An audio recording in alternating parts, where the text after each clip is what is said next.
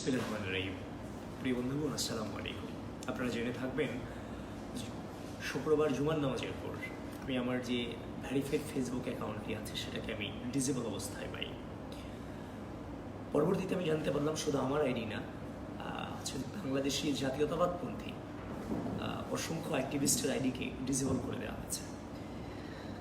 তো রাতের দিকে আমি শুনতে পেলাম যে একটা নির্দিষ্ট গোষ্ঠী কর্তৃক আমাদেরকে জুলাই গাদ্দার আখ্যায়িত করে আমাদের আইডিগুলোকে ডিসেবল করে দেওয়া হয়েছে, আমাদের আইডিগুলোতে সাইবার অ্যাটাক করা হয়েছে। মনে রাখবেন, আমরা যদি জুলাই গাদ্দার হই তাহলে জুলাই রক্ষার গাদ্দার, জুলাই চেতনাকে অক্ষুণ্ণ রাখার গাদ্দার। জুলাই আমাদের কাছে বিক্রয়যোগ্য নয়। আমরা জুলাই চেতনাকে বিক্রি করে এ রাষ্ট্রে কোনো প্রকারের অনধিকার চর্চা করার চেষ্টাটুকুও করিনি। আমাদের কাছে জুলাই আমানত।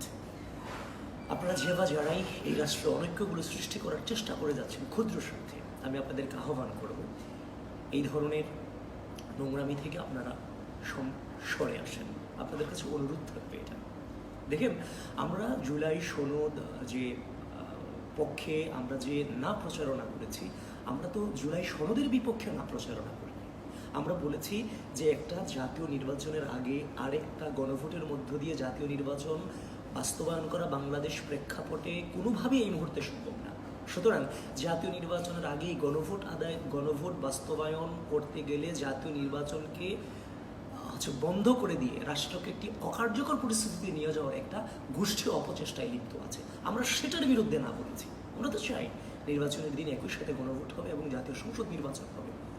আমরা তো জুলাই সনদের বিপক্ষে আমরা মনে করি। সুতরাং এই ধরনের অপপ্রচারগুলো চালিয়ে বাংলাদেশের মানুষকে বিভ্রান্ত করার যে অপচেষ্টা একটা গোষ্ঠী করেছে, সেটার বিরুদ্ধে অবস্থান নেওয়ার কারণে আপনারা আমাদের আইডি ডিসেবল করে দিচ্ছেন। কতক্ষণ আমাদের কণ্ঠ আপনারা রোধ করে রাখবেন?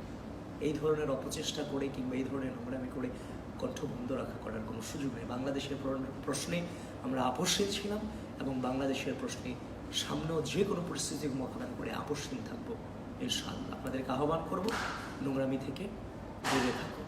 ধন্যবাদ।